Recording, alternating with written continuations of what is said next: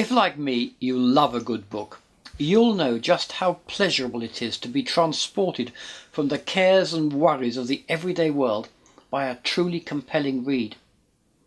Getting lost in a gripping thriller, having your powers of deduction tested by a detective novel, being caught up in a romance, or immersed in a different culture with a travel book. All these are deeply absorbing and endlessly fascinating ways of passing the time. But did you also know that reading can be one of the best ways to relax and unwind?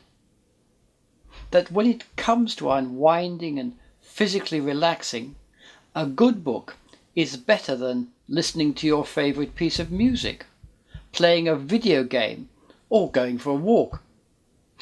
It even beats that good old British standby, the cup of tea. I say this because research conducted by my laboratory, Mindlab International, has conducted an experiment in which we tested the stress-busting powers of a book against these other ways of winding down.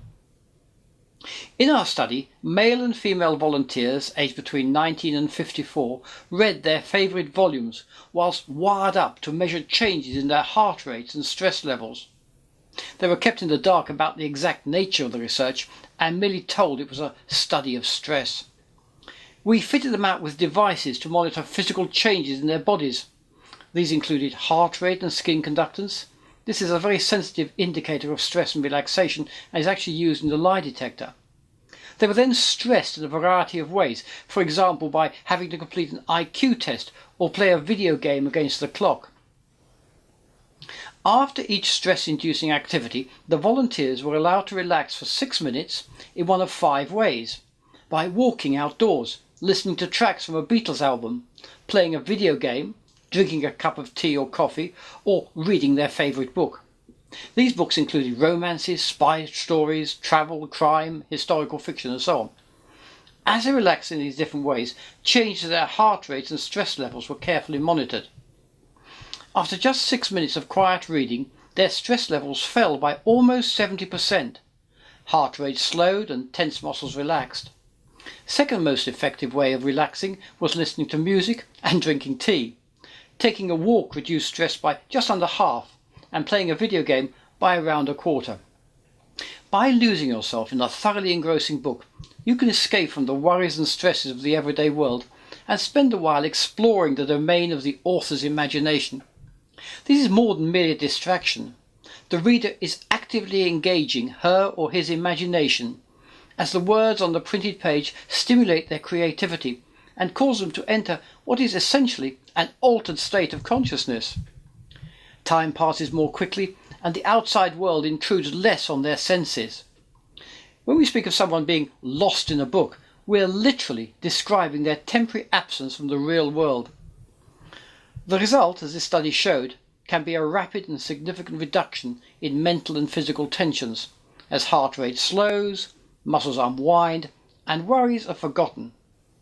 Which is why I was so delighted to be asked to participate in Time to Read, a partnership of public library authorities in the northwest of England, who work to encourage more people to read.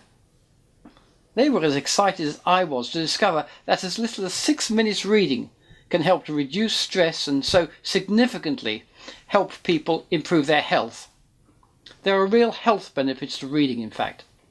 As the author of more than 20 different books on the shelves of public libraries around the country, and as a keen reader myself, I know what an amazing source of free reading material these libraries are for people of all ages and from every walks of life. It's not just books, of course. Most libraries now offer access to audio and e-books. There's a wide range of material that people might not be aware of to support their interests, such as local history and archive material, digitized photographs, all sorts of periodicals and information-rich material.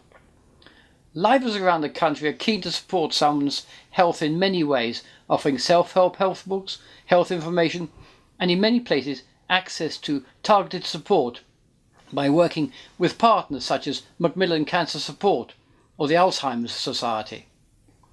On the Time to Read website, www.timetoread.co.uk, you'll be able to find suggestions for books to read, if you're short of time or would like to lift your mood. There will also be information there about any special reading and writing events in the Northwest libraries. So the next time you want to relax and forget the worries of the day, just pick up your favourite book, settle down in a comfortable chair and start reading.